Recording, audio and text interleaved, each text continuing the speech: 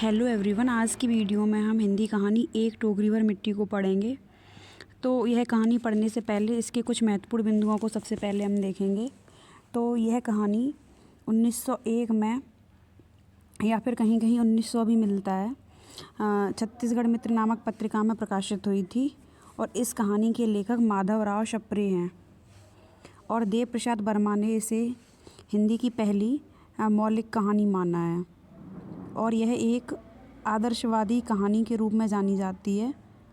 और इसके जो प्रमुख पात्र हैं वो हैं, इसमें एक बुज़ुर्ग महिला हैं, ज़मींदार है, और उन बुज़ुर्ग जो महिला हैं वो विधवा हैं, और उन बुज़ुर्ग विधवा की एक पोती है जो कि 5 वर्ष की है।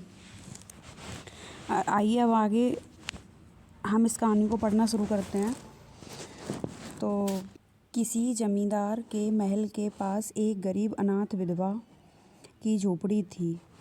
जमींदार साहब को अपने महल का हाथा उस झोपड़ी तक बढ़ाने की इच्छा हुई। विधवा से बहुतेरा कहा कि अपनी झोपड़ी हटा ले, पर वह तो कई ज़माने से वहीं बसी थी। उसका प्रिय पति, इकलौता पुत्र भी उसी झोपड़ी में मर गया था। पतेहू भी एक 5 वर्ष की कन्या को छोड़कर बस चली थी। अब यही उसकी पोती इस वृद्धा काल में एकमात्र आधार थी। जब उसे अपनी पूर्व स्थिति की याद आ जाती तो मारे दुख के फूट फूट के रोने लगती थी। और जब से उसने अपने श्रीमान पड़ोसी की इच्छा का हाल सुना, तब से वह मृतप्राय हो गई थी। उस झोपड़ी में उसका मन लग गया था कि बिना मरे वहाँ से वह निकलना नहीं चाहती थी। श्रीमान के सब प्रयत्न निष्फल हुए। तब वे अपनी जमींदारी चाल चलने लगे। बाल की खाल निकालने वाले वकीलों की थैली गरम कर उन्होंने अदालत से झोपड़ी पर अपना कब्जा करा लिया और विधवा को वहाँ से निकाल दिया। बेचारी अनाथ तो थी ही, पास पड़ोस में कहीं जाकर रहने लगी। इस कहानी में जो जमींदार हैं उनके महल के पास एक अनाथ विधवा की झोपड़ी होती है, और जमींदार जी चाहते हैं महल का हाथा है वो वहाँ झोपड़ी तक बढ़ा दें। तो उस अनाथ विधवा को वह झोपड़ी हटाने को कहते हैं, लेकिन विधवा का वहाँ पे क्या था, मन लग गया था। तो वो चाहती थी कि अगर वह मरे तो इसी झोपड़ी में मरे। तो वहाँ से वह झोपड़ी हटा नहीं रही थी। तो जमींदार थे, उन्होंने कानूनी चाल चली और वकीलों की थैली गरम करके उन्होंने वहाँ से उसकी झोपड़ी हटवा दी, और बेचारी विधवा वहीं पास पड़ोस में जाकर कहीं रहने लगी। उसके बाद देखते हैं,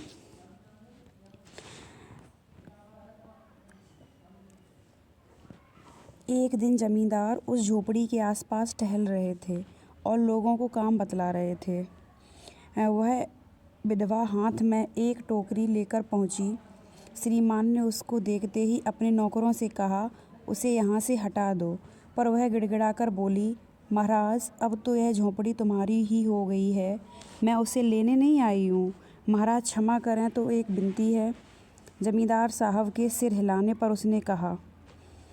देखिए, इस कहानी में जितने भी महत्वपूर्ण उद्धरण हैं, पंक्तियाँ हैं, वो मैंने हाईलाइट कर दी हैं, जो एग्ज़ाम में पूछी गई हैं या फिर आगे एग्ज़ाम में पूछी जा सकती हैं, इसलिए इन पर हमें विशेष ध्यान देना है। जमींदार साहब के सिर हिलाने पर उसने कहा, जब से यह झोपड़ी छूटी है तब से मेरी पोती ने खाना पीना छोड़ दिया है। मैंने बहुत कुछ समझाया पर वह एक नहीं मानती। यही कहा करती है कि अपने घर चल, वहीं रोटी खाऊंगी। अब मैंने यह सोचा कि इस झोपड़ी में से एक टोकरी भर मिट्टी लेकर उसी का चूल्हा बनाकर रोटी पकाऊं। इससे भरोसा है कि वह रोटी खाने लगेगी। महाराज, कृपा करके आज्ञा दीजिए तो इस टोकरी में मिट्टी ले आऊं। श्रीमान ने आज्ञा दी।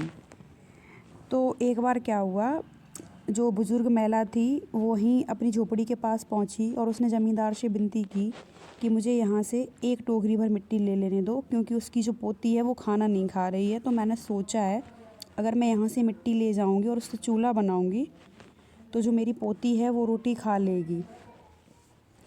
तो उसने जब ज़मींदार से विनती की तो ज़मींदार ने उसको मिट्टी भरने की आज्ञा दे दी। अब आगे पढ़ेंगे। विधवा झोपड़ी के भीतर गई। वहाँ जाते ही उसे पुरानी बातों का स्मरण हुआ और उसकी आंखों में आंसू की धारा बहने लगी। अपने आंतरिक दुख को किसी तरह संभालकर उसने अपनी टोकरी मिट्टी से भर ली और हाथ से उठाकर बाहर ले आई। फिर हाथ जोड़कर श्रीमान से प्रार्थना करने लगी, महाराज कृपा करके इस टोकरी को ज़रा हाथ लगाइए जिससे कि मैं उसे अपने सिर पर धर लूँ। जमींदार साहब पहले तो बहुत नाराज़ हुए, पर जब वह बार बार हाथ जोड़ने लगी और पैरों में गिरने लगी तो उनके मन में कुछ दया आ गई। किसी नौकर से न कहकर आप ही स्वयं टोकरी उठाने आगे बढ़े। ज्यों ही टोकरी को हाथ लगाकर ऊपर उठाने लगे त्यों ही देखा कि यह काम उनकी शक्ति से बाहर है। फिर तो भी ऊंची ना हुई। वह लज्जित होकर कहने लगे, नहीं, यह टोकरी हमसे नहीं उठाई जाएगी। तो विधवा ने क्या किया, वो टोकरी भर मिट्टी ले आई और अपने हाथ से उठाया। उसने थोड़ा बाहर को ले आई और उसने ज़मींदार से प्रार्थना की कि कृपया करके इस टोकरी भर मिट्टी को उठवा दीजिए। तो जैसे ही ज़मींदार ने उसको टोकरी को उठवाया तो उनसे वो नहीं उठी और वो बोलने लगे कि यह टोकरी हमसे नहीं उठाई जाएगी।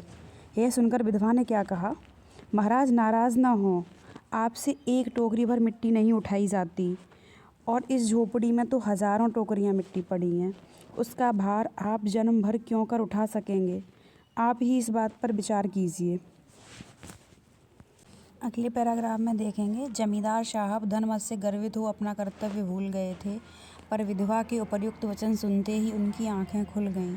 कृतकर्म का पश्चाताप कर उन्होंने विधवा से क्षमा मांगी और अंत में क्या होता है, जो ज़मींदार हैं वो बूढ़ी विधवा की टोकरी जो मिट्टी से भरी हुई है उसको नहीं उठा पाते हैं और बाद में उनकी आंखें खुल जाती हैं और ज़मींदार के इसी हृदय परिवर्तन के साथ इस कहानी का अंत हो जाता है।